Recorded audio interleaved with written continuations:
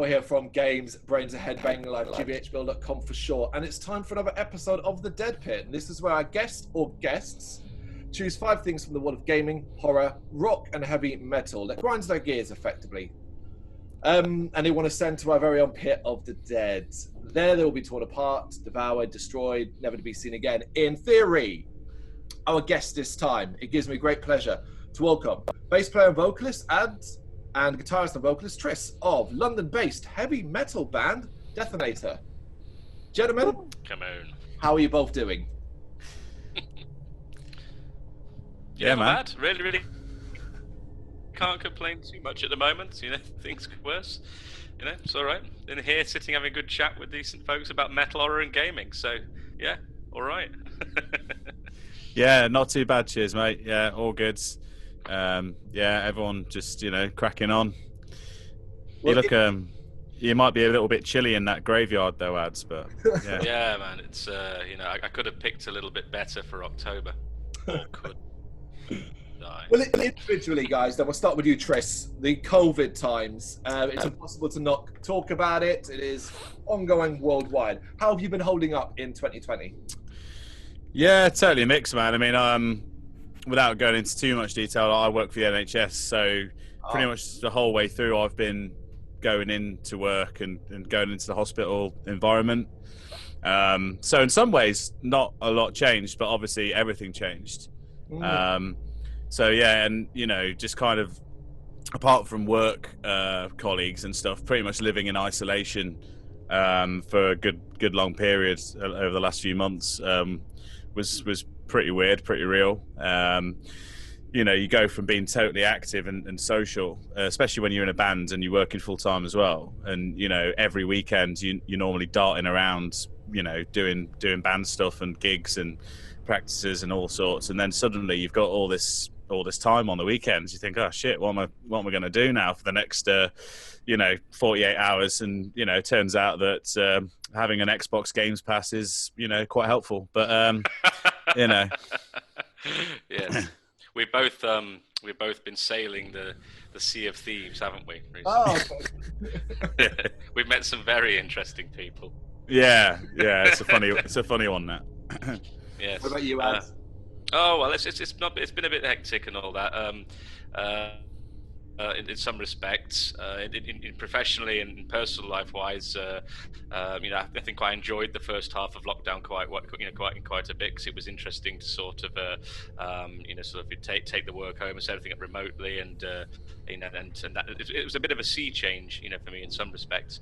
So it was like, wow, a lot going on. But I remember being quite anxious at the time of the news quite a bit. That was quite tough, and particularly with my phone. Because my phone, being a Samsung, had a product on it called Upday, and Upday, I couldn't turn this off in any way, shape, or form. Seemed to be absolutely dead set on texting me twice a day to report on the rising death toll. Oh. So it was really quite alarming, and eventually I changed phones to get away from it. But yeah, it was pretty tough, that. And since having gone back, obviously we're trying to you know, get used to the way things are. We've got, you know, a lot of one-way systems around work, you know, bubble groups, things like that, minimizing contact. You know, people are going off when and contacts actually being traced quite well internally. You know, we know everybody sits and all that kind of things, and you know, those who have, you know, been tested positive then have a knock-on effect. In terms of the band, kind of sidelined quite a lot of things. We had quite a good lineup of gigs actually that were lined up for 2020, but understandably they were all cancelled and/or postponed. So we went from gearing up at the start for a very strong year to you know, I think we had Hammerfest, you know, SOS Fest, you know, Mere Fest are all coming out, and there are other things coming into having to basically just sort of down tools totally there. So that was bit of a definitely a symptomatic of the times. Well, I was going to be my next question, that as a unit, Dethonator, has it made you stronger this year when you basically had everything ripped out from underneath you? Because let's be honest, that can be pretty soul destroying for a band. Yeah, man, to be honest, that kind of happened to us anyway, just before COVID hit, because our guitarist of 13 years and backing vocalist and other instrumentalists. Our mate Henry, who's been with us for 13 years, he basically got a diagnosis of MS, which means he couldn't play guitar anymore. So that kind of happened. That was all going on at the start of the year.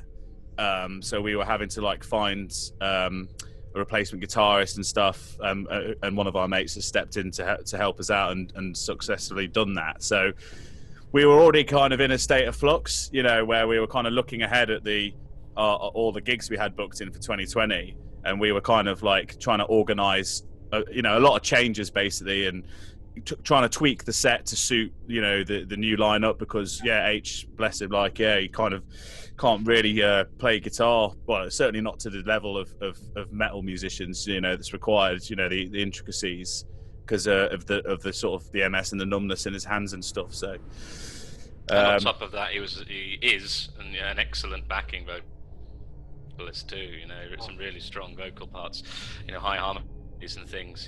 I've had to do some work to catch up with him. But it was we've definitely had to look at some arrangements and things like that too, haven't we, Tris? So. There's and for a while, like for a brief period, we had to do a couple of gigs as a 3-piece. We did Mearfest last year as a 3-piece, and Rage Fest in Nottingham as a 3-piece, and so again, just stuff that takes you outside your comfort zone, makes you look at the way you you have to kind of work things live. So because we are all about live, really, we can get onto the album and stuff, and that's important, but we do kind of take a lot of pride in the live set. So there was a lot of tweaking. I guess the only person it didn't affect really was our drummer John, because he's still doing like the same thing really, but very well I might add. But you got a new pedal, didn't you, Tris? There was was it an MXR? That was something for those 3-piece gigs, wasn't it? Yeah, there's a TC Helicon Quintessence. Basically to try and cover all the lead guitar harmonies, because we're a dual lead band. It meant lots of trying to work out how I was going to do that to try and simulate the other guitarist. So lots of things to rework. But you've got through that, do you think? Sort of. We haven't quite got back to gigging yet. Going on. Of course. But we have been in the rehearsal room, as a 4-piece with our mate Matt, and also with H as well. Sort of working, beginning to work a little bit as a 5 maybe, and seeing what we can explore there a little bit. We did a bit of video shooting recently with all 5 of us in, and it was actually lovely to be back in the same room, really, wasn't it? All together. But we have been rehearsing where possible in some very large rehearsal rooms. We've had some very spacious ones, and we've done it within a couple of socially distanced practices. There's a delightful one near Gatwick called Hive that's enormous, isn't there? And there's a place in Swindon we found that's quite spacious as well. So we in the recent videos you'll see that there are 5 of us in the room, and H is doing the keyboards, because that is something that he can manage. And because on the latest release, Race Against the Sun Part 2, so that's obviously the one that's coming out in November, that is Henry on that album. So we didn't want to in any way, there's no reason he should be excluded from the promotion of that album, and he was keen to still be involved, and and all of those things. So moving forward, we're not quite sure how things are going to look. It kind of depends on a few things, but in terms of the current sort of material that we're putting out, you'll see 5 of us, because Matt's taking the guitar parts. So and it makes sense, as you said. But we have been lucky enough some ways, and to be able to, even in this time of flux, actually be sitting on a record ready to go. So that has given us something to do aside from potter around planning, sort of for COVID EPs and things like that. We've actually already had the wheels and the major work done on a project that we've been working on throughout this period. Mostly just the mixing and mastering to be done across the summer, and it's coming to fruition now, ready for a November launch. So we've been lucky in that respect that we've all been able to keep focused on something. Very important. Right, we will get into the album, but first we have to start then. First nomination. Who's taking it, and where's it coming from? All right, I'll go over here. Let's get in. So, first nomination, something to throw into the dead pit. Yeah. What's in a dead pit? Is it zombies? Yes. And zombies because we then the first existence. Sorry, zombies because our site existence harbors on one specific movie called The Return of the Living Dead, which is obviously a zombie film. That is a marvelous zombie film. I love that film. That's awesome. But go on, sorry. What is it? Right, okay, the first nomination from me to the dead pit is using the term trad metal to refer to melodic metal. And I'll tell you why. Here we go. Firstly, it sounds a bit dismissive, doesn't it? It's a little bit quite. It's like in the traditional little village in Birminghamshire, there was a trad metal band, and they were all called Steve. Interesting. That's a true story, by the way. I did once play with a band, and they were all called Steve. It was hilarious, seeing them get the gear out of the band. Hello, Steve. All right, Steve. How are you, Steve? It's pretty good. But I guess the point is that is melodic metal trad metal, implying that it's like the way it once was, when all the main strands of extreme metal are also really, really old. Like death metal, mid-80s. It's what, 35 years old, roughly. Thrash metal, even older than death metal. Black metal, 40 years old if you go by the first wave. And doom metal, if you count Black Sabbath as the start of doom metal, then it's as old as the genre itself. It's 50 years old. So none of that's traditional, because there's this idea that extreme metal is all cutting edge. It's all somehow progressing the sound of metal when, well, most of the time it's just pursuing its own exceptionalness, but only metal with singing, clean singing, is regarded as old school. So I think we need to bin that. I think we're just dismissing an entire field of metal that's worth as just as much as any other, but we've kind of relegated it to the past, which isn't fair, because everything else belongs in the past too at the moment. It would seem as well. Anyhow, there we go. That's fantastic. Do you find it's fans that do that, or reviewers, the critics, that side of thing, more than anything? Both, really. Both. I find a lot, obviously, in the media and in reviews and things, you see a lot of heavy-handed terminology being thrown around. People who write about music really like to pigeonhole things. They really, really do. But the fans do too, and so do a lot of the bands. When you think about it, melodic metal has been really compartmentalized a lot. We're kind of just coming out of a movement at the moment where if you're going to be melodic, you've got to somehow be trying to recreate the new album. It's become more about what trainers you're wearing and wearing obscure new album band tees, not Saxon and Iron Maiden, of course. Something that very few people have heard of. Preferably maybe a demo tape, artwork shirt or something. It's been a lot more about a sound. A sound and a look and an aesthetic rather than the song. It's like, so if you've got a singer, or you play lead guitar motifs, immediately you've got to sound like from the early 80s. Either that, or it's battle power metal from Europe sounding, and then you've got to have major chords, whoa-whoa-whoas, lyrics about dragons and play really fast. Or it's something we generally call modern metal, which everybody hates. So it's like you can't do this without avoiding it, and it's a bit of a bugbear for me and Tris when people just sort of immediately just assume we're an old school metal band because we happen to like lead guitar harmonies and tunes. Yeah.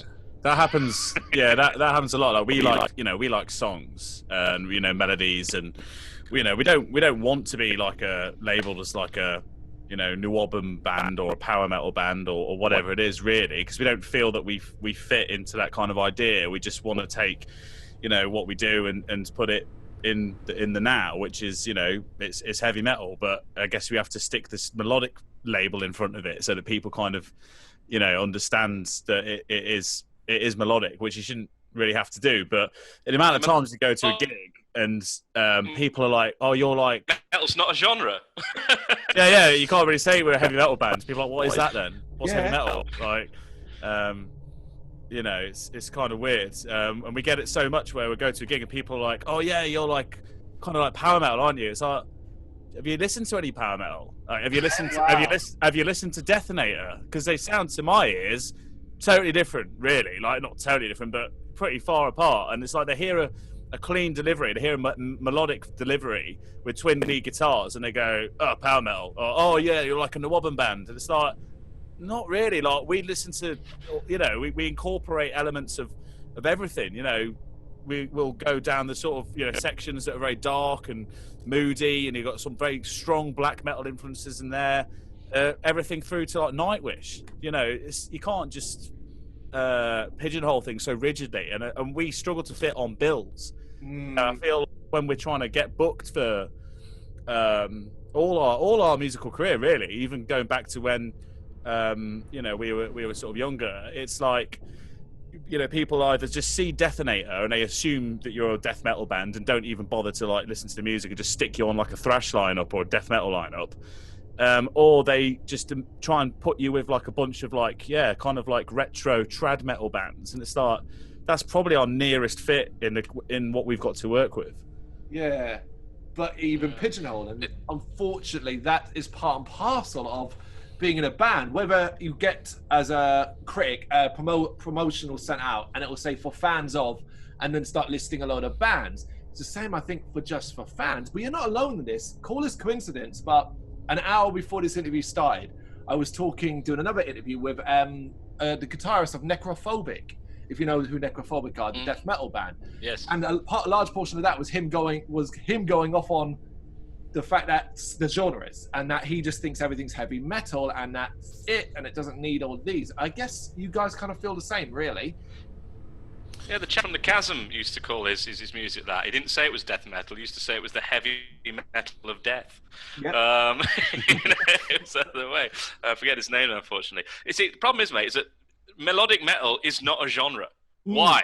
I mean, I don't know what to call what we do, because we're not what anyone calls us. You know, it's a lot easier, it would seem, and you can tell by the absolute smorgasbord of extreme bands. It's a lot easier if you just go, we are Doom, Black, Thrash, and then all of a sudden, brilliant. There's a ton of festivals and gigs and play, and loads of bands play with.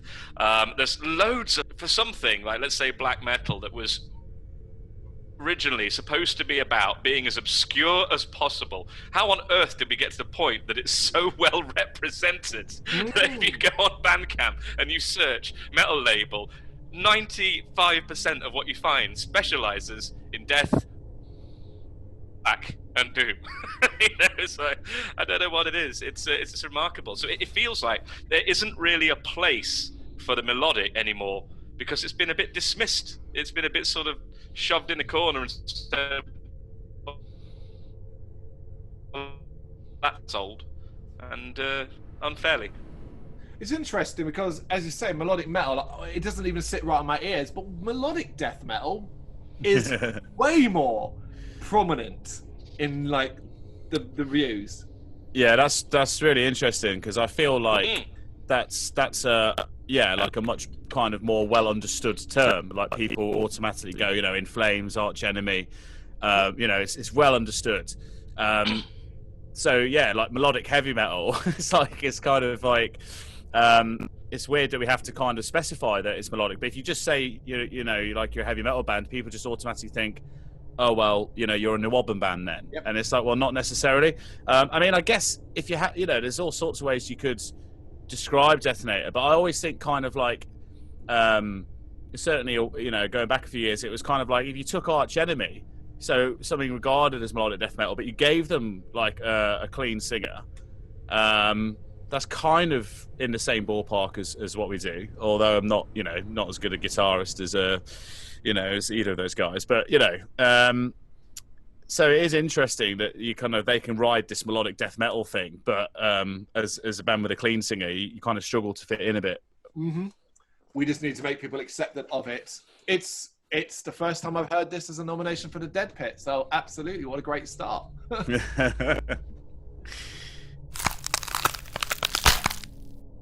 Guys, right then, one of the quite amazing things, right, that I imagine will surprise most people who've never heard of Dethonator, is that you've been going since 2002. Right? Yes. Now, I gotta ask, has that time flown by, or are you feeling those years now? That is 18 years of music. No, it has not flown by.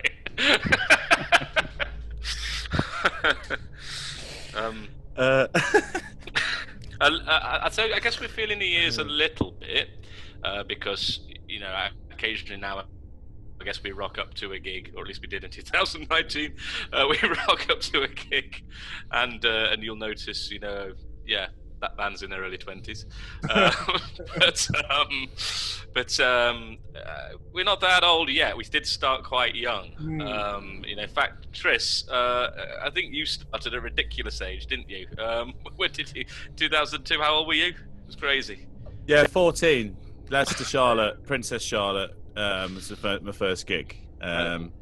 So yeah, there's some pretty funny pictures that exist somewhere, like me with acne and glasses and train track braces and kind of big baggy shorts. But yeah, I think we have. Yeah, I think because we've been going a long time. Yeah, maybe you do get it's all experience. But yeah, it hasn't flown by. I wouldn't say no. We're basically a less famous Anvil. You need to make a documentary. That's what made Anvil famous. Come on. Yeah, I suppose. But I'm never going to play the guitar with a massive dildo in front of about 40,000 people. So, unfortunately. Yeah, I don't know, man. Like, we have been going a long time, but we used to go under a different name, and then we changed the name because various reasons. There was a prominent trance, I guess, or I don't know there was another artist anyway with the same name, totally far removed from heavy metal. So that's kind of when we made the change to Dethonator, which was around 2008. 2009. There you go. Oh, okay. Just nitpicking. But as well Get it right. As well as that, like, you guys have seen a ton of changes in the industry since the early days to now. How is it that you think you've managed to survive then? Because a lot of bands haven't survived this incredible different upheavals we've seen since 2002. Well, we've been terminally trendy for our entire career, so what's been going on has never actually affected us. That and sheer bloody mindedness. Yeah, I mean, I suppose a lot of bands probably would have split up in that time period, but I suppose because Adam and I are literal, brothers, and we're only really interested in playing music with each other in a serious way. So I guess that helps keep the keep us driving forward, But having said that, though, maybe that's not a fair reflection. We some of our band members, like I say, were with us for like 12, 13 years. So we've not had hundreds of band members or anything. No, Cradle of Filth. We're not Cradle of Filth now. Yeah, because as you say, you almost describe like you two are there, and then everybody just comes in and plays with you, and it's you two that are consistent. But that's obviously not the case. So that's creates some longevity in you as well. Yeah, we've been quite lucky there. In all this time, we've only had 2 drummers. Sorry, I said that again. I spoke over you, Tris. My apologies. In all that time, I was saying we've only had 2 drummers. It's been quite consistent. In that way, it's we've just had, I guess people spend a fair old stint. And do you kind of see what's going on right now in the world as kind of the biggest test for you going forward? Basically, are you concerned about the future for the band? I mean. I'm not concerned so much about the future of this band because I know that we've already started writing, and we've got like tons of half demos flying about. If we wanted to make another record, we could. Yep. I am concerned about venues. Of course. I'm very concerned about where we could play and where everyone's going to play. Venues were having a hard time anyway. Like it was like just steadily fading. I mean, all the time I've been in London, I've seen so many clubs and venues close, and that's just London, so this is a real challenge, and there's only so much you can do, it would seem, with Kickstarter campaigns. I've pitched in on a couple of those myself, but it's a big question, and I don't have really any answers for that, but I think that is going to be it'd be interesting to see what would happen you know, if the worst happened there, and how things would evolve in a different way. I fear that there's very little room for metal in a world of gentrification. You know, there's always somebody looking for our sort of venues to sort of close down so they can be replaced with glass and steel and basically flats, you know, like what we've seen happen to, you know, places. And I don't know where, you know, culture doesn't come out of places like that. It comes out of, you know, sort of old, slightly dilapidated places with character and history, you know. And you know, I fear, you know, for the place of metal, at least in the inner cities and, you know, in those venues. With that. It's interesting because you can kind of take that your previous question about watching the landscape change, and you can also apply that to this, because it's almost like COVID has massively kind of accelerated that process of venues being increasingly in trouble. Yeah. But actually looking back, I mean, yeah, over the years, the landscape has changed so much, and so many venues that we used to play in have just slowly disappeared. And now, over the last few months, we've lost loads. And it's like, you know, you look at London 10 years ago to now, you know, and all the places that people used to frequent, you know, week in, week out. And now we've just lost the Crowbar. Do you know what I mean? Like, you know, and before that we lost the Fox, and like, it's just, you know, it's kind of getting to the point where, yeah, you do worry, and you think, how relevant is metal going to be, you know, when we all start getting on, and, you know, so you got, you know, and all the originators have kind of started to pass on, and then we're getting older, and it's like, is Download Festival and stuff like that ever going to be as big as that ever again, really? Is it going to be relevant? Are people going to care? You know, if you can't get Metallica and Iron Maiden and Tool or whoever to headline it, who've you got? Do you know what I mean? Anyway, that's probably a different question. I should shut up, but... No, but you make a fair point. That there is a bust coming there. It's just a matter of time. And as a Londoner, I completely relate. You know, my earliest gigs were at the Astoria, which of course is a victim of Crossrail. You know. Yes. Yeah, I never got to go to this story. I remember reading about it all the time in Kerrang, when Kerrang cared about metal. The Astoria was mentioned, it seemed, every week. You know, I never quite made it to an Astoria. You know, but yeah. It was a venue. It was a grotty venue, but it's one of those where it's loved because it was a grotty venue. You know, don't be stuck on one side of the room and be busting for the toilet because it was always on the other side. If you know Brixton, a similar thing like that, where, you know, the academy is the men's on that side, and the ladies on that side, and if you're on the wrong side and it's packed, you're gonna have a fun time getting out. Right, second nomination then. Who's going and where are you taking it from? Yeah, I'm happy to take the next one's ads. I mean, it might sound like we're kind of like genre Nazis or something, but we both are on the same page with this one in terms of. I better make a disclaimer. I don't dislike female-fronted bands. Mm-hmm. I love, you know, loads of bands with girls in. It's just the term female-fronted as a genre. I don't think we need it. Yep. And it kind of, it's a wind up to me that. And I don't know, maybe I'm wrong. Maybe some of those bands are fine with it. You know, you'd have to speak to them. But I almost find it almost patronising.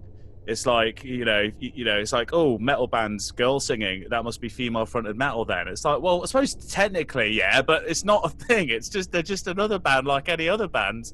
They just happen to have a female singing. Yeah, you know, I don't remember anyone running around calling Angela Gosso like female-fronted metal at the time. Maybe they were, but I don't. You know, it's almost like something that's over the last decade has kind of really niched in. Like, yeah. I mean, I don't want to get tokenistic, but, you know, Tarja Turunen, you mentioned Angela Gosso, Jill Janos. I mean, sound completely different styles, completely different sounds, completely different bands. How on earth can you say it's a genre because of somebody's gender? I mean, crazy. No, absolutely, 100% agree. And almost what seems to be an expectation, if, oh, you're a female-fronted band, well, it must be symphonic metal, right? It must be. They can't be doing gruff vocals or guttural styles like Arch Enemy and so on. I kind of thank Venom Prison in the last couple of years for kind of breaking that female-fronted terminology apart a bit more. Absolutely, yeah, I mean, I guess I think people are starting to wake up to this a little bit, but you still see events flying around that use it as their selling tag. Ugh. You know, it's like this is the female fronted fest and stuff like that. You know, I don't know, and you're quite right about always being associated with a soft sound. You know what I mean? Like there's going to be opera, and there's going to be, there's going to be synth strings and stuff like that. I'll say it straight. If more singers, sang as aggressively and as much power as Jill Janis did, then well, we'd probably get more gigs. So there you go. But it's always an idea that it's somehow going to be ethereal, and that's not true. I mean, yeah, you see more girls, women, screaming now. So I don't know whether do they fall under the female-fronted bracket these days. I don't even know really. I don't exactly keep tabs on it. But yeah, I feel like it just makes it sound twee, doesn't it? Like female-fronted metal. I just don't think we need it. They're just bands like you're just bands, Yeah. Yeah. 100% agree with you. It's something that I can't stand. And I think any reviewer that starts off a review by going female-fronted metal band, it's not just disrespectful, it's lazy. Because it's like, okay, that's not a way to grab attention. If the band wants to promote themselves that way, who's anyone to say any different? But that's yeah, true. It's a great choice for it. Absolutely female-fronted metal band. I've just remembered. Sorry to cut in there, mate. I've just remembered we got booked for a female-fronted festival only a couple of years ago. Which was bizarre, but it's hilarious because we were literally, like the only. We just rocked up and it was a great night, but it was just quite strange. I don't know how we ended up on that bill. Okay. Someone read something there, didn't they? Is that the Unicorn in Camden or Kentish Town? It was. We've got a history and connection with a band called Evil Tide. I think they'd given us a spot on the bill because it was very much about. I think they were celebrating some of their own anniversary. Oh, cool. To speak and yeah, we go back quite a way with Danny and Hannah from Evil Tide, so we got a little spot there for them. Okay, that was it. I guess maybe the only argument I think you could have to sort of make girls specific only is if you wanted to celebrate the fact that there are now more women in metal bands. But even so, I don't know if that goes all the way. I think. Quite right. To the dead pit, please. Brilliant. All right, February 1st, 2019, Race Against the Sun, Part 1. 27th November 2020, Race Against the Sun, Part 2. Got to ask, what prompted releasing the music as effectively a two-parter? Okay. Should I take this, Tris, or? I was going to kind of like just be silly, but I was it's probably better you actually explain. No, I was just going to say having too much music to put on. No, it was the most simple and straightforward answer. I like it. It's perfect. There you go. Moving on. No, it was quite considered, but I'll let Ads explain. I see.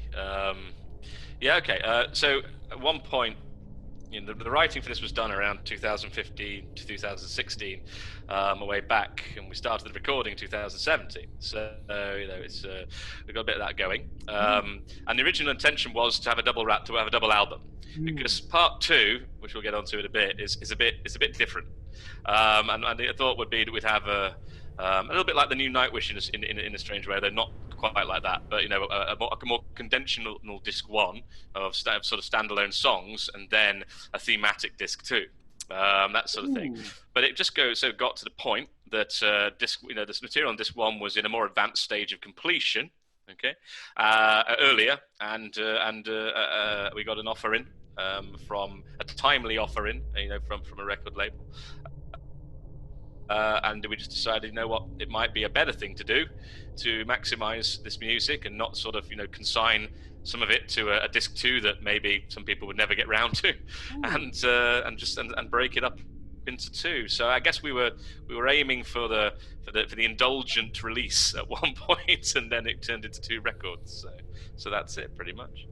Because must have been, you must know the danger that comes with double albums. It takes a very, very strong resolve of any band to put out a double album, you have to be confident in every piece of material. Otherwise, as you said, you end up with a bunch of B-sides. So I guess you were confident overall then in what you've done? Well, yes, because part 2 is not just a collection of songs, it's actually one song. We've broken it into 7 movements so people have the opportunity to skip around between the tracks and not be forced to listen to it from the beginning every time. But it's a 40-minute concept work, and so that kind of, to me, deserved be its own disc, and that's a justified. It's like, here's your songs, and now here's the off the wall thing, So in a way, rather than and here's some more songs that we didn't put on the first side, because as you're quite right to say, most double albums you can always listen to them and think, okay, cut those songs, take the best, and you've got a normal album. So there you go. But I think this would have been justified. It just didn't turn out to be convenient. Was it tempting? So you say you split the one track up. Was it tempting to not do that and just leave it as one complete piece of work? Well, considering the difficulties that me and Tris had with listening to Satellite 115... The Final Frontier on the Final Frontier album, I'm thinking being forced to listen to something isn't always a good idea. So yeah, it was a little bit, but I said we're terminally untrendy before. I guess we've learned a few things. The attention span these days is lower than ever before. So it would be and I must admit, the few people I spoke to about it and around the scene, when I told them, went, no one's going to listen to that. So it was kind of like, yeah, okay, research. I mean, there are, it's got track markers in it. It's got track divides in it, but it is essentially one piece. It's, I guess, if you think like something like Dream Theater, Metropolis Part 2, Scenes from a Memory, it's designed to be played through start to finish, but you can skip around if you want. So it must be kind of a relief at this stage then to be able to draw a line under this writing period. As you say, such a long time ago, you've almost, I guess, moved on from it already. Sort of, although, when you sort of, the interesting thing about disc 2 is that being very much a sort of a concept work, and quite musically ambitious in some ways, is that it hasn't reached a live environment yet, and you kind of and obviously we haven't had the opportunity to do that, and you kind of re-establish a relationship with your songs when you bring them back into the rehearsal room. It's they do take on a life of their own. Certainly, this song was not jammed.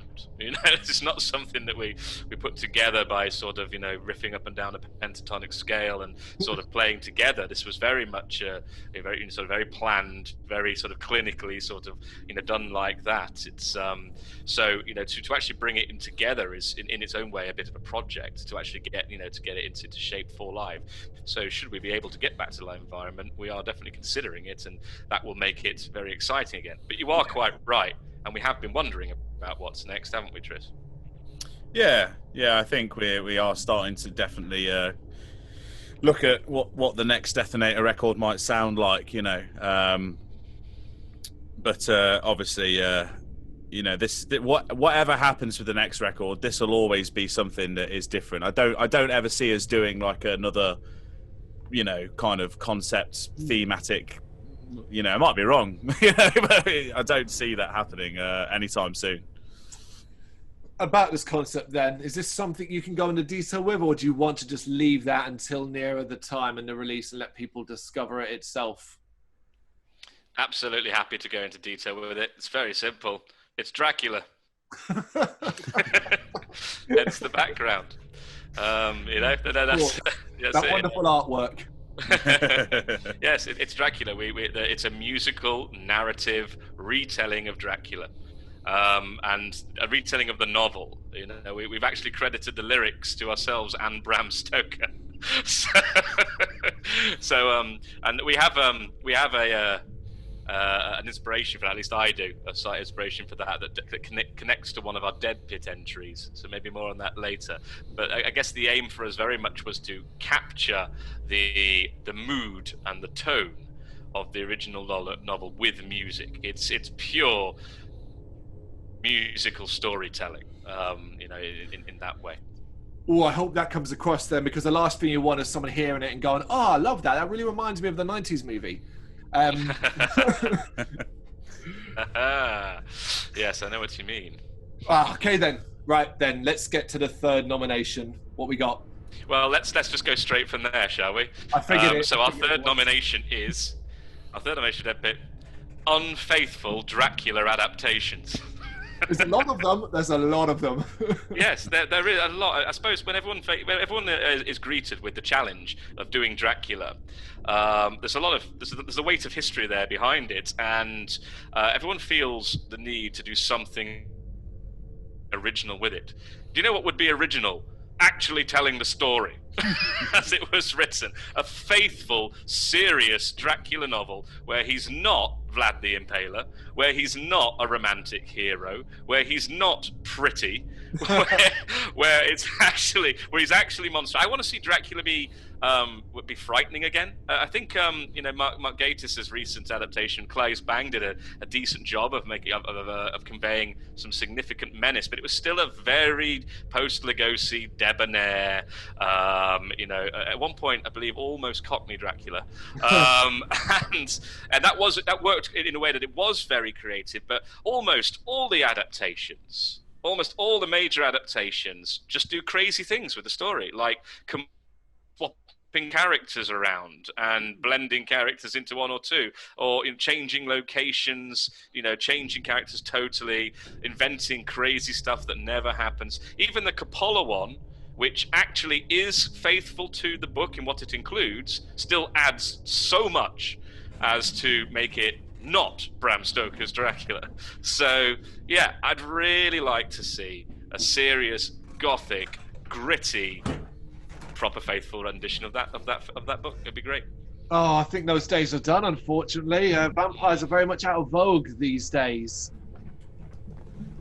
What about you, Tris? Do you feel as passionately about Dracula as Ads does? Oh, sorry, mate. I was been trying to be too clever there. I was getting a drink out of the fridge and I managed to run over my cable and pull the headphones out. Do you mind? No worries. I just wanted to know if you feel as passionately about Dracula as Ads does. No. Then, on that note, then this will be directed directly to you, Ads. Okay, what is your best and worst adaptations of Dracula then? Oh, good lord.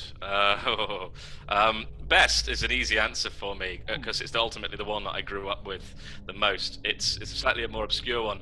It's the late 70s John Badham version, what we call the second Universal Dracula with Frank Langella. Oh my God. Marvelous score, really heavy in atmosphere, plays merry hell with the story. The only version, though, that I've seen begin with the wreck of the schooner at Whitby.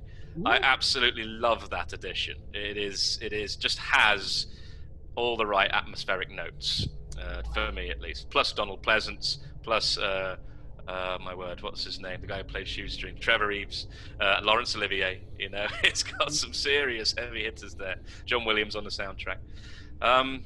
In terms of the worst, I mean, good lord, I'm not 100% sure. I must confess, I find the Coppola one a bit queasy. It's a very interesting film creatively. I'm just not sure it hits the marks it's wanting to.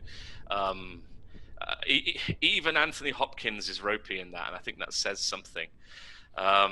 You know, I guess some of the Hammer ones aren't particularly, you know. Oh, you could pull so many of the Hammer ones out for what they do, absolutely. But it almost feels like you're dealing with something different. Well, it's more here's Dracula and here's a film. I seem to remember. Yeah, I remember. I think it was an interview with was it Jimmy Sangster. It said, you know, can we go on location? It's like, yeah, you can go on location, just as long as it's next to the studio. So let's go to Black Park. Right. Okay, guys. Right. Would you, for fans' perspective, so a fan is asking you, would you say Race Against the Sun Part 2 is your most challenging work to date, in the sense that when they put it on, that they're really, really going to either not struggle, that's the wrong word, you're going to have to take the time to really, really delve into it? I think yes and no. I think that yes, it's not something they'll have heard from Dethonator before. Previously we've always gone for kind of anthemic. I mean, we've had a couple of proggier numbers in the past, but most of the time we're pretty to the point with hooks and stuff. Whereas this, they're going to have to, just kind of plow through it and discover it for them, in that kind of way. But having said that, it is still very much Dethonator. It's still all the things that make us tick and the stuff that gets us off musically that we want to play and we want to write. It still very much sounds like Dethonator. So I don't think they'll have like a terrible time with it, but it's just a case of you really, to do it justice, you do need to kind of sit and just go through it. But on the plus side, it's not dreadfully long. You know what I mean? It's kind of its runtime is only at about 40 minutes, so it's not like something 40 something minutes. So it's not like they're going to have to kind of sit and get bored. I'm hoping that people will be like, right, what was that? Okay, back to the beginning. Do you know what I mean? Like, they're not going to tire of it. It's going to be something that they really can enjoy. So we'll see. And one thing I'm proud of about it musically to an extent, and I hope this would come across to listeners, is that it never stops moving. To me, it doesn't get boring because it's always taking you to a different place. We don't recycle themes too much. We're very conservative in this large song about how many times we retread the same ground. There are some bits that come, parts that that we quite like that only come around once, or it sort of even moves through almost like chunks of traditional song structures and then never returns to them. But there are also a few, I suppose, using classical terms, leitmotifs for various things. Like there's a bride's theme that comes around once or twice, that kind of thing. There's a few things like that, and there's a sort of a journeying to castle, sort of through Transylvania sort of theme that appears once or twice at the beginning and near the end as they're going back. So we're not too heavy on the pure leitmotif thing. It's not quite Dracula the musical, but I think it does keep progressing. So that is one of its strengths, I think. We can hear the excitement and passion for it in your voices. Does that mean you kind of find yourself and will find yourself obsessing over reactions and analysis, I guess, maybe is the better choice, analysis of it? Personally, I'm a little over modest with taking compliments, and okay. So I like getting good reviews, and that's, everyone does, don't they? But if we didn't get any, I suppose I'd still think it was a worthwhile piece. It's a strange way. I've got a degree of confidence in it. I'm interested to see how it goes over greatly. I think some people will really go for it. I hope, and I think they'll like it. I think there might be a few people scratching their heads a bit. That's just inevitable, isn't it, when you set out on a slightly odd road? The concept album's a notoriously tricky beast. Absolutely. So we'll see.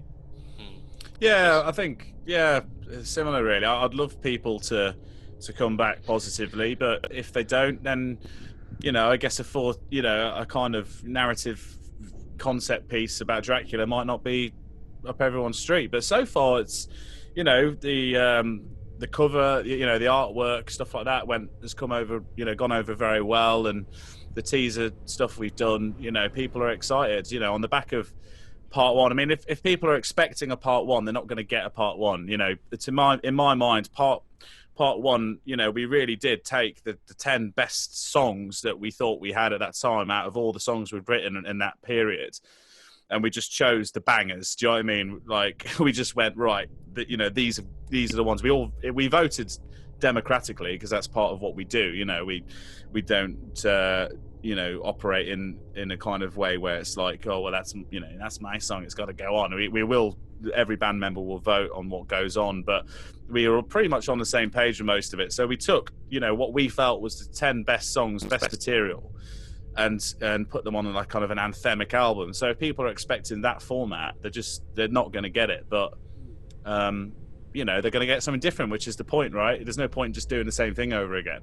Of course, but also people will be very aware that it's something different, because part and parcel of being in a band in these days involves a very, very long build and promoting yourselves for months up towards an album release. Is this something you enjoy? this drip feeding of videos, this drip feeding of news stories, and so on? I mean, it's yeah, I don't know. It's hard to say without giving too much away, really. I mean, I guess this maybe it kind of file under one of your early questions of about being around for quite a long time. I mean, half the band are just allergic to social media. Like they physically won't go on it.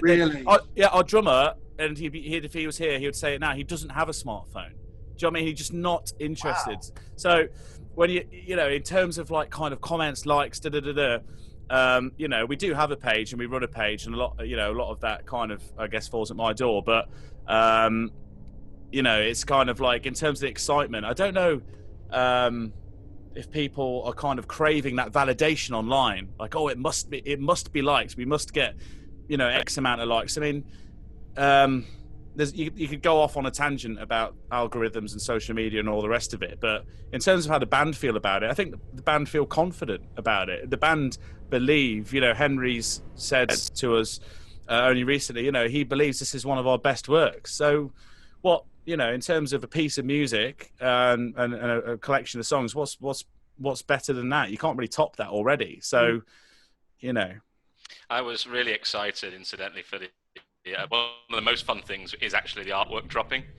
When you get to post the artwork out and show people what you've come up with, particularly if you've got confidence in it, it's great fun to see people go, oh, fantastic, new record, and it looks cool. So that's good. In terms of drip feeder stuff, we, as I say, we're not we don't live on social media as much as a few, you know, some younger people. But we're lucky actually also to have got Fat Angel working for us on that at the moment. You know, Fat Angel assisting us with the promotion of the record to begin with, so that's you know, for the release, so that's decent. Yeah, because I'll be honest, otherwise it seems like you're pushing against a tide when it comes to the social media side of things. As much as it drives people crazy in certain ways, it's part and parcel of being in a band.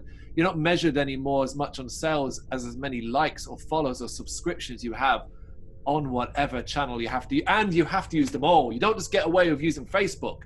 You've got to use Facebook, Twitter, Instagram, YouTube, Tumblr, and all of them. So I do sympathise. Yeah, man. Sorry, So it's fair to say, though, isn't it, that, you know, if you go back to the old classic metal bands, if you'd sat down, you know, like Black Sabbath, you know, Deep Purple, Led Zeppelin, and said to them, okay, so instead of having a label, you know, bankroll your creations for market release in order to generate financial revenue, you'll be self-funding your own creations for social consumption to generate digital interactions, none of them would have ever left Birmingham. Would have stayed. You know, it's just not. It's not really an appealing prospect, is it? It's like, brilliant, lads. We sold 12 likes on this. Yeah, I mean, I suppose in a way, I mean, it is like having another full-time job, isn't it? I mean, I quite enjoy it. I, you know, keep the YouTube channel pumping and, you know, kind of try and run as many of the Instagrams and all the rest of it, like you mentioned, as you can. But, yeah, at the end of the day, that side of things, you hope that one day you're going to build enough, you're going to get enough momentum where you reach a tipping point where hopefully it starts to kind of, you know, take on its own kind of, you know, momentum a bit. But yeah, you just have to keep plodding away. There's nothing anyone can do about it. So you either don't do it or you try and do it. Yeah. There is one thing we could do about it. Mm-hmm. Pay. It involves the Dead Pit. Yeah. Right, then on that point, then the fourth nomination, as you brought it up. Yeah, just I suppose, yeah, everything we've been talking about on the social media front, but I think Facebook specifically. Okay. Facebook specifically has become so essential over the years. I don't know at what point, you know, if you look over the last 10, 15 years, at what point did the scene, you know, become, you know, move out of pubs and the live environment and just go onto Facebook? Like, it's just like any gig you publicize everything. I mean, if it wasn't for the band, I think we'd have probably all deleted our accounts by now. Yeah. You know, zero interest really. But yeah, I think Facebook in general is such a toxic place at times. You know, and you see some really unacceptable stuff going on as well. You know, and yeah, there's just, I think we could all just do without it, really. Not wrong. And in print as well. I mean, I don't understand the confidence everyone has in just committing, you know, everything down to print for everything forever on the internet. You know, it's I don't know. I sometimes fear that sort of all this kind of stuff. But I guess that with Facebook, it's didn't you about what you saw recently? Was it Enslaved? Hello. Oh, sorry, you were breaking up like crazy, man. Yeah, no. No worries. Probably a good thing. Yeah, no. Just like I was just pottering around before we came onto this, and Enslaved have done like a whole live performance for live streaming purposes, and a page was hosting it. I can't remember the page. It's something called Louder or something like that. Oh, yeah. And yeah, I tuned in, but yeah, it only had like, I don't know, 10, 12 people actually, you know, because it gives you the counter at the time. Yeah. 10, 12 people tuning in at that point, and I don't know what their how big their page is, but I was just like, it's amazing, isn't it? You put in all this effort, you know, to these things, to these videos. And even then, it's like, unless you're prepared to put your hand in your pocket and give, you know, Facebook or whoever it is, you know, sponsored ad money, no one's going to see your posts. Yep. And it's like, you know, you put in all this effort, like I'm sure you do to your videos, and you know, any creator, and you know, you've got X amount of followers, but no one sees your posts unless you're going to give them money. They've got everyone by the Sean Curleys, and it's sometimes, yeah, it feels like pushing water uphill, or, you know, tilting at windmills or whatever people say. You know, it's just. No, I completely agree. I'm in a similar boat. I have a Facebook account purely to promote my website and YouTube channel and stuff like that. Otherwise, I wouldn't, because it is the algorithms involved is stuff that I don't even care to try and work around. It's not worth my time, you know. And I think it's particularly frustrating on a band perspective. And let's say you guys, for example, if we went to your Facebook page right now and you had 50,000 likes, how many of those 50,000 likes are real or will actually translate into an album sale?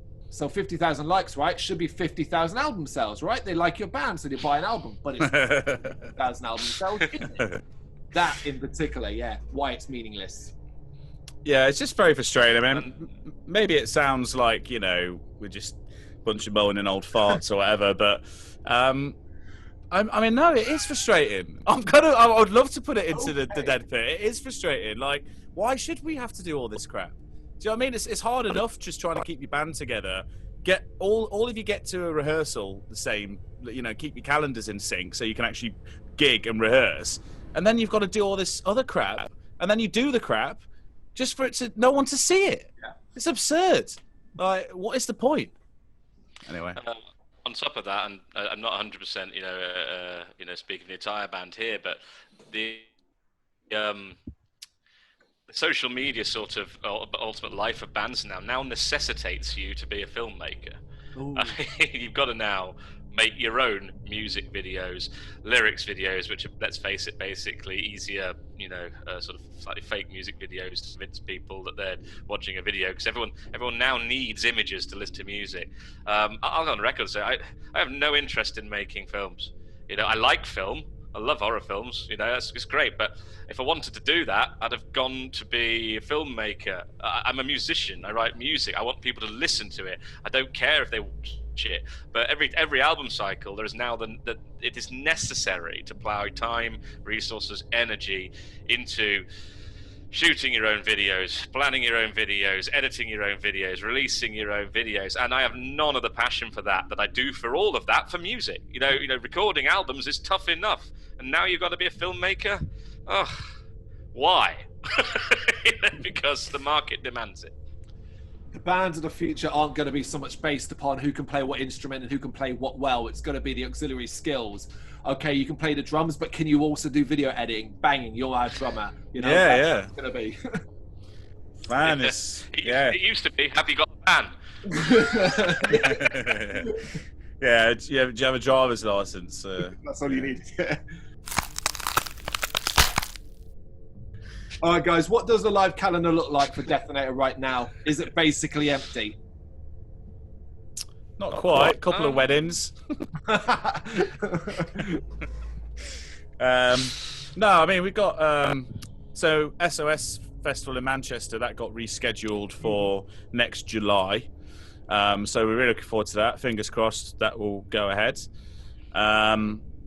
We've also got Meerfest that is scheduled for December, I believe. But again, that's really touch and go. I mean, I'm not sure what happened there. Yeah, I'm just trying to think. Manifest is coming up next May. Yeah, of course. Manifest. It's an incredible Manifest next May with My Dying Bride and Rotting Christ. That's a hell of a bill. I'm really looking forward to that one. Yeah, I'd love to be at Manifest. Unfortunately, it happened to fall across the exact same weekend where me and my son were planning to go to Slam Dunk last year for the first time, and Slam Dunk got rescheduled to next year, same weekend as Manifest. Oh, no. There you go. What's your thoughts then on socially distant shows? So, you know, a quarter capacity. Is that something, if the opportunity arose, would you do it? Yeah. Cool. Yeah, I think so. I mean... Yeah, I just can't quite picture it in some of the venues we play. You know, they're quite small, you know, places sort of anyway, you know, so I don't know how that would work. But if it can work, yes, 100%. It's interesting is next weekend I'm going to go to my first show since February, socially distanced at, do you know the New Cross Inn? Yeah. Yes. Yeah, it's there. And I can't picture it in my head. It's like tables, we booked a table and it's like, what? That place is, I have no idea what to expect. I'm interested because it's the first gig since February, but as you say, trying to picture this social distance gig, I have no idea. They've got a lot, at least they've got the tables in there. They've got the big tables, haven't they, that run along, and then there's some at the side. So I guess, yeah, interesting though. I mean, yeah, like you say, with metal, it's different because the audience wants to be part of the show. Yeah. You know, the audience wants to get up close and personal with the band, and they want to shove each other about and go mental, and they just can't do that. Whereas other, well, I suppose maybe that's a bit unfair. I was going to say other genres of music maybe not as dependent on that, but actually, no, that's probably bollocks. There's loads of different bands and fans want to dance and stuff, but yeah, I can't imagine metalheads just all sat politely at tables, just going, "Yes, very good." You know? Well, yeah, wouldn't that weird you out, right? You finish a song, and instead of like what you might normally expect, you just look out to a handful of people sitting at tables applauding you. Wouldn't that weird you out? A little bit. I guess the elitists to look a little bit more at home, sort of grim-facedly, sort of sitting there like, you know. Sort of like quietly in this. Do you know what? At least it might help people to stay in the bloody venue. Like, do you know what I mean? They're not all just going to be outside in the smoking area the entire gig. At least they might actually be sat and forced to watch the bands. And likely to come that act. Yeah. So you already mentioned streaming online shows. I was going to talk about it to you as well, but you've already kind of mentioned when it came to Enslaved, and I guess there is no interest at all on your side of doing anything like that. No, we'd love to, but to do it well, it would take a lot of money and investment, and you got to have the right equipment and so on and so forth. And I think that if you can't do it well, there's almost no point doing it because it would be shoddy. Yeah. And you know, we don't. Same applies to our live performance. We're not going to go and do a gig if it's going to be shit. We want to nail it. So I feel the same way about the tech. I'm like, you know, okay, if we could feasibly do a great live show, then yeah, I'd be bang up for it. And I did a few live streams during lockdown just to kind of test the water, dip my toe in. And they got great reception because social media loves live feeds. You know, you're going to get better engagement, more comments, more likes, all the rest of it. And people want to see that stuff. But last time I spoke to someone about okay, you know, for you to engineer this live show for us, how much would it be? And they were like somewhere in the region of about $4,000, and I was like, can't afford that. So, you know. Fair point. I mean, we've been talking about it. We have been investigating some avenues, but everything Trish says is right. So, if people want to see something that maybe hasn't got the best quality audio or the best quality visuals, but they just want to see us play, then that could be arranged. But you feel like you're almost letting people down, you know, if you don't match up to some of the other amazing things you've seen bands doing. Mm-hmm. You know, hiring whole venues and having teams of cameramen and lighting rigs and sound men. It's like, fair play. Like, yeah, we'd love to do that. In fact, the Dracula, you know, the Race Against the Sun Part 2 would be the perfect format to do that, because you could really make it theatrical. But yeah, very difficult thing to pull off, I think. It'd take a lot of resources. Yeah, and as you said, the pressure's now on more than ever before. Is when lockdowns and all that started occurring, it was just so-and-so from so band sat in front of their phone camera, played the guitar. Whereas by the time we hit August, the likes of Trivium were doing, what do they call it, that place in America, that damn university, Full Sail University, as a show. And it was like, oh shit, that's what it's gotten to now. You're going to have to, do you have to match that? And the expectation would be there, I think, for you guys to do more. Well, especially if you're going to ticket these events. Bands are now ticketing these events for people to be sat at home with a can of Foster's, you know, staring at the computer screen. So if they're ticketing these live stream events, they've got to be really good. Do you know what I mean? Like, Jesus. Yeah. I don't know. It's just another thing for bands to have to take on themselves to do, isn't it? You know, it's just another part of the industry that's now in your ballpark to look after, or pay somebody to, you know, to do it. You know, you know, and you can do that. I mean, we've had some great success in the past, you know, on Race Against Sun Part 1 by getting some, you know, some good, you know, lyric videos from VMA, you know, from Andy Pilkington over at VMA, Very Metal Art. He did a cracking job, you know, absolutely. You know, that is an option to do that, but you have to commit funds to doing that, and you have to, you know, sort of, you know, budget for that. And, you know, we have looked into this sort of thing, and the last figure we got quoted, you know, was 4 tickets, you know, so it was like, okay. I think, you know, not from VMA, of course, from another place, but of course, yeah. I think there's still a percentage of fans out there that possibly don't understand quite how expensive the music industry is for like how to be a band. There's no, this isn't your job. You guys have jobs because ultimately this is not a way to make money. There's no making money in music anymore, if we're honest. Yeah. I think unless you're already... unless you can generate enough revenue through merchandise and stuff like that. But anyway, the whole industry's on its arse, just like everywhere else is. Well, probably even more so, isn't it? Because of COVID. So who knows? And on that happy note, then, guys, last nomination. What was it? It was a gaming related one. Okay, cool. Because we know, you guys, obviously you got horror, music, and gaming, so we thought we'd choose a gaming one. Cool. This is topical purely because I guess through lockdown, like I was saying earlier, kind of gave me more time, I guess, to kind of more downtime to sort of fire up the Xbox or whatever, and kind of got involved with this pirate game called Sea of Thieves. Of course. And I guess what I'd like to put into the Dead Pit is a term called salty pirates, which is basically players who just get really, really annoyed and deliberately troll other players and just super aggressive gamers, basically. And you could apply this to other games. So I guess Mardy, you know, gamers who deliberately ag other people. But I think... I don't know about you, but in terms of Sea of Thieves, I've never played a game with such high levels of aggression between other players. I mean, I'm quite quaint, really, you know, when it comes to my gaming history. I mean, you know, I've experienced a little bit of aggro on stuff like, you know, maybe World of Warcraft occasionally, and people getting a little bit kind of, you know, having hissy fits in the party chat. But this is like full-on screaming you know, kind of people getting into fits of rage and sending you voice chat invites so they can abuse you. Like you just sat playing a game, and suddenly there's a yank in your ear, just like basically calling you trash. And it's like, it's really unsettling and kind of like a bit scary. Like, why is this like guy like sending me messages, like abusive messages, because I sank his boat?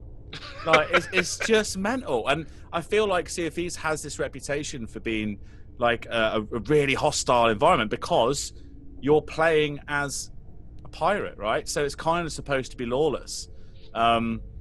But you can basically put in about 4 hours of game time just to get screwed over by another crew who are deliberately trying to basically, you know, do a number on you. But people just get absolutely irate. So I'd quite like to put salty pirates into the dead pit, because it kind of, as much as it is quite amusing at times, it also can kind of ruin your day a bit.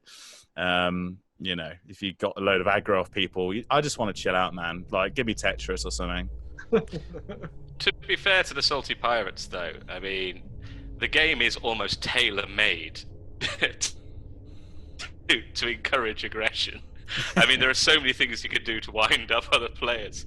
I remember that guy that followed you around for like hours, just playing the start of the tune on his banjo and then stopping and then playing it again, then playing it again, just literally following you about. Yeah. I've seen players like just basically in the way of the wheel and like waving, doing emojis so like someone can't see where they're steering. There's all kinds of ways to troll people. So, yeah, there's a meme. It's one of the things you can type into your pirate chat is rolls on deck laughing, and it's like a little hyphenated. So, yeah, if someone kills you, and then you just see it come up spammed in the corner. Rolls on deck laughing. Rolls on deck laughing. It's like, okay, get the point, dude. You killed me. Like, it's just a game, but yeah, it gets really intense when they start sending you literal voice chat invites to shout at you. I tend just to ignore them now and hide. Do you think is it because Sea of Thieves is kind of all ages, so to speak, compared to some other games? So you can play Sea of Thieves with really anyone from downwards 6, 7, 8, however old they are playing their Xbox, up to a 50, 60-year-old person. That's a good point, actually, because you do tend to get, like people of all ages on there. I mean, I don't know if it's just because it is such an interactive game in terms of you have to have a crew and you fight other crews. Like, normally with something like Call of Duty or whatever it is, you'll load in and out of a lobby. You know, the game's done in like 10, 15 minutes, and you'll never see those people again. You'll never have to play with them again. They're just user tags on your screen, and that's it. There's not a lot of interaction there, really. Whereas this is like, seriously, I guess it's like an invested amount of time where you have to work together and battle other people. So maybe that makes it more intense. But on the age thing, it's funny because you do get a lot of it's seemingly like young American teenagers. And but I had a dude who wasn't happy with how I was playing, and he started giving me it tight, and he was just like, I bet you're a squeaker, aren't you? I bet you're a squeaker. And I was like, what is he saying? I was just like, I had my mic on mute. I was on the phone to my girlfriend. Just like, I have no idea what this guy, he's just abusing me because he doesn't like the way I've played. And then he sent me a load of abuse and called me a squeaker. So I guess that's like a kid. I don't know. I was about to say, did you ever find out what a squeaker was? Because I don't know what that is. No idea, mate. I don't want to know. I have no idea. It's either, I think it's either Call of Duty derived reference for like, little child on the mic on the box, so basically a kid, or it's something horrible and probably to do with Deliverance. Yeah, okay, fair point. Yeah, I think he did ask me how old I was, so maybe the former rather than the latter. But we'll hope it was that. All right, guys, last couple of questions then. What words of positivity would you send out to fans who are finding themselves really struggling at this time, especially with Christmas on the horizon? More than ever, Christmas this year, I have thought about this. It's definitely a time to appreciate family, isn't it?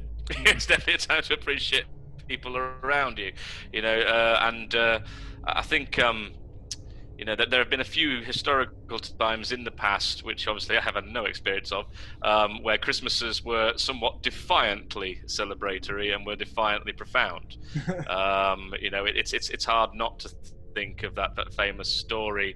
Again, I don't want to make too many military references to what's going on now because it's an easy thing to do. But you all hear about, you know, the famous story of Silent Night in the trenches and stuff like that, don't we? And that was a horror like we can possibly never imagine in 2020 at the moment. Although, you know, maybe those, you know, worked in the NHS on the front lines, perhaps can imagine, you know, something, you know, in a ballpark of intensity. So I won't take anything away, but there are reasons to celebrate. You know, the people still being here, and you know, taking a moment, you know, to be with them. And I had Alice Cooper put out a remarkably positive, gung ho COVID track, and it was about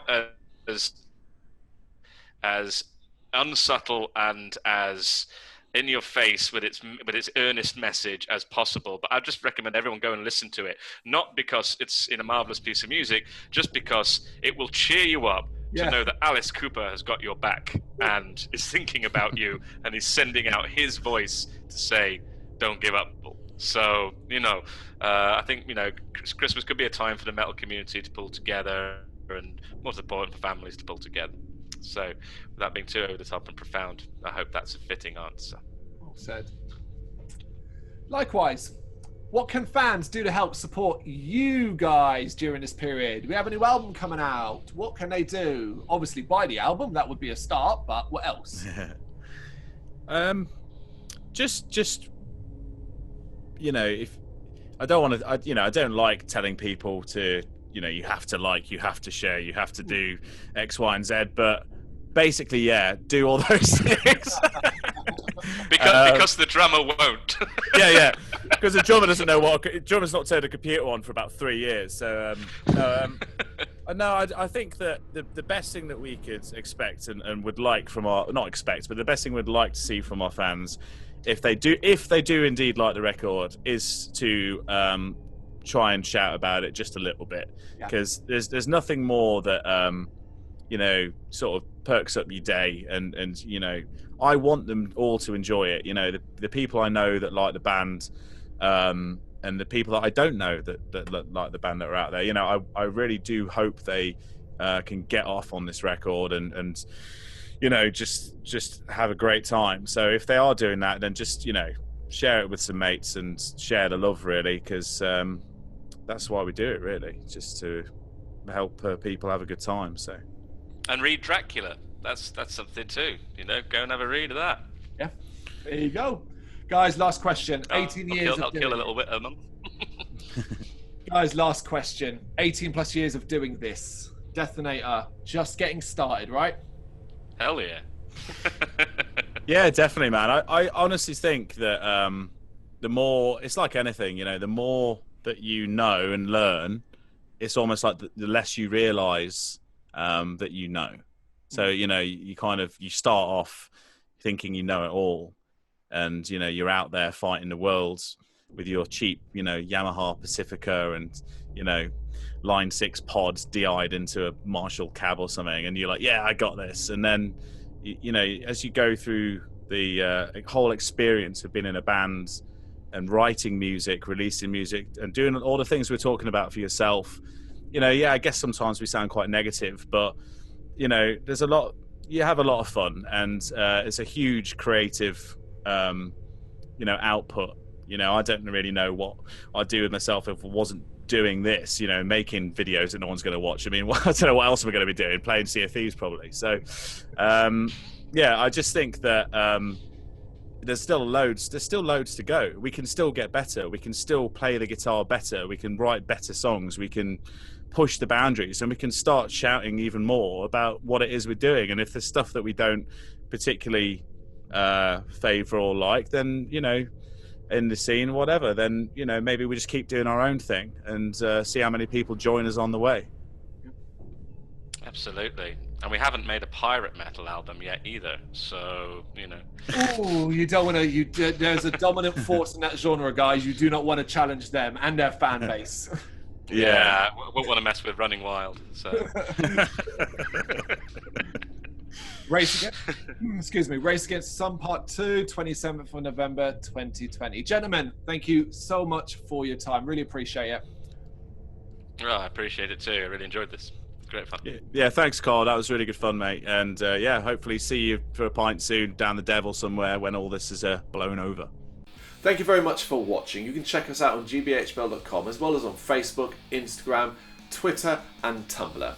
Go to Patreon to help us out over there. That's patreon.com/GBHBL, as well as Big Cartel, where you can find some of our merchandise. We have a podcast running on SoundCloud and Apple Podcasts. And of course, if you like this video, do us a favour, hit the subscribe button and help the channel grow. Games, horror and heavy metal. What else is life for?